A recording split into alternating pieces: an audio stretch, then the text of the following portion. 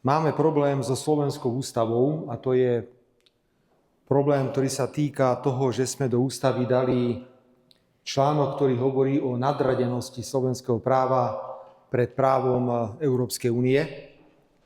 A Európska komisia sa rozhodla, že nás bude žalovať. Takým informáciám. Poďme sa baviť o tom, že môžu dediť po sebe. Všetko sa dá riešiť, ja nemám s tým žiadny problém, ale prepáčte, ja som tradične inak a poviem, ja nesúhlasím s manželstvami homosexuálov.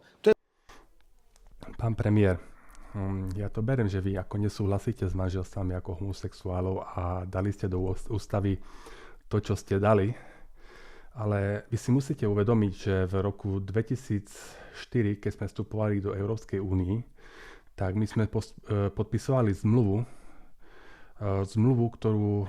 ktorá nás zaväzuje k určitým pravidlám. A s tým, že vy ste zmenili ústavu minulý rok, tak vy ste porušili túto zmluvu. Musím vás upozorniť, keď Európska únia nás začne za porušenie pokutovať, ako napríklad Maďarsko pokutovalo 1 000 000 eur denne, tak keď je to len vaše presvedčenie, vaše osobné presvedčenie a my ako občania Slovenskej republiky máme platiť 1 000 000 eur denne, tak tú pokutu potom budeme si žiadať od vás, priamo od vás. Tak napríklad, keď prvý deň bude pokuta 1 000 000 eur, tak asi zhabeme potom vaše majetky, aby sme tieto pokuty vedeli platiť. A keď už vaše majetky na to nestačia, tak budeme brať asi majetky vašich členov zo Smeru SD, lebo aj oni zahlasovali za túto zmenu ústavy a porušenie zmluvy s Európskou úniou. A keď už všetky členovia a majetky všetkých členov Smeru, tak potom pôjdeme na majetky koalície a tak ďalej, až pokiaľ vy nezrušíte tento nezmyselný zákon, respektíve ústavu a nevrátíte to späť, aby to bolo v súlade s európskym zákonom, ktorý sme podpisovali pri vstupe do Európskej únie. Ďalšia vec. Pán premiér, naši Slováci sa vracajú zo západu a zistujú, že oni nechcú žiť v takejto krajine, ako sa žije u nás. Strašné ceny, čo sa týka nehnuteľností, platy sú minimálne oproti západu, strašné ceny, čo sa týka hypotekárnych úverov a keď už posielate ľudí alebo mladých do Číny sa pozrieť, tak pošlite ich aj za vašim kamarátom Orbánom do Maďarska sa pozrieť, ako sa tam žije a ako oni prežívajú a riešia svoj život so 7% úrokom, hypotekárnym úrokom, s tým, že oni musia dávať 20% v keši najprv, keď chcú nehnuteľnosť kúpiť.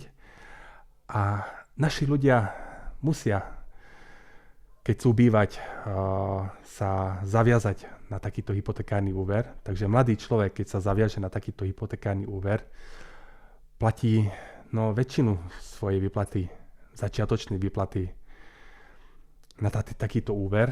To znamená, pár, keď zarobí 2000 eur v čistom a musí platiť hypotéku a povedzme 1000 eur mesačne na 30 rokov, z čoho je 650 eur len úrok a nevie, či jeho zamestnanie v automobilovom priemysle, ktorá je tak úzko prepojená na Nemecko, či sa mu to podarí aj platiť ďalších 30 rokov, alebo či nebude prepustený.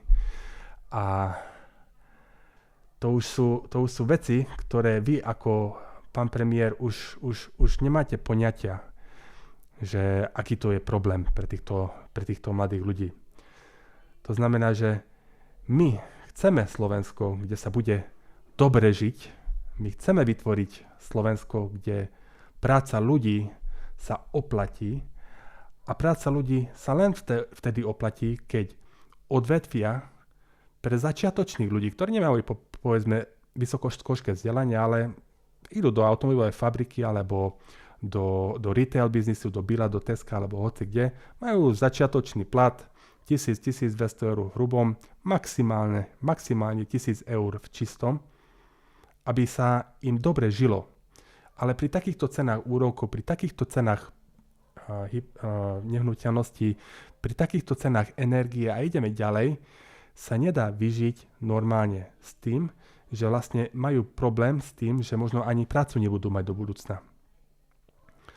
Vy máte ministra teraz Kmeca, ktorý bol odvolaný z funkcie za 90 miliónov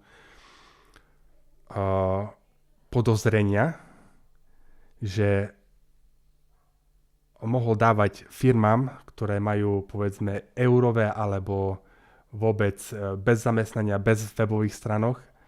Vy tohto ministra ste odvolali z funkcie a dali ste ho do parlamentu.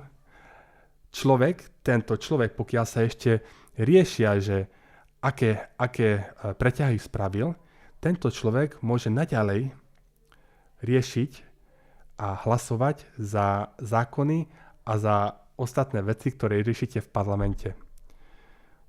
Pán premiér, 90 miliónov eur, keď aj tak vám nechýba, keď to mohlo ísť takýmto firmám údajne, tak prosím vás, zainvestujte to ako vláda normálne do nejakých projektov, do takých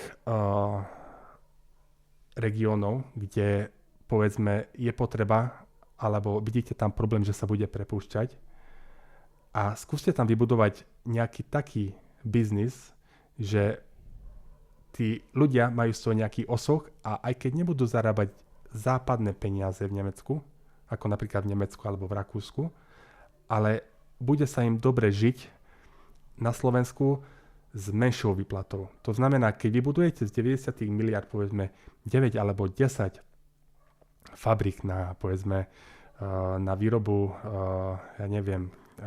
jedla, tak potom tí ľudia budú mať menšie výdavky na jedlo.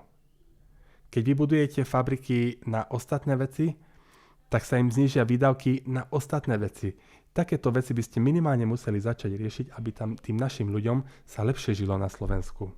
Musíte si uvedomiť, že vy ste vláda a vy ste za každého jedného občana, nie len pre Smer, SD a pre vašich voličov, čo predstavuje asi zhruba 20% voliacich ľudí.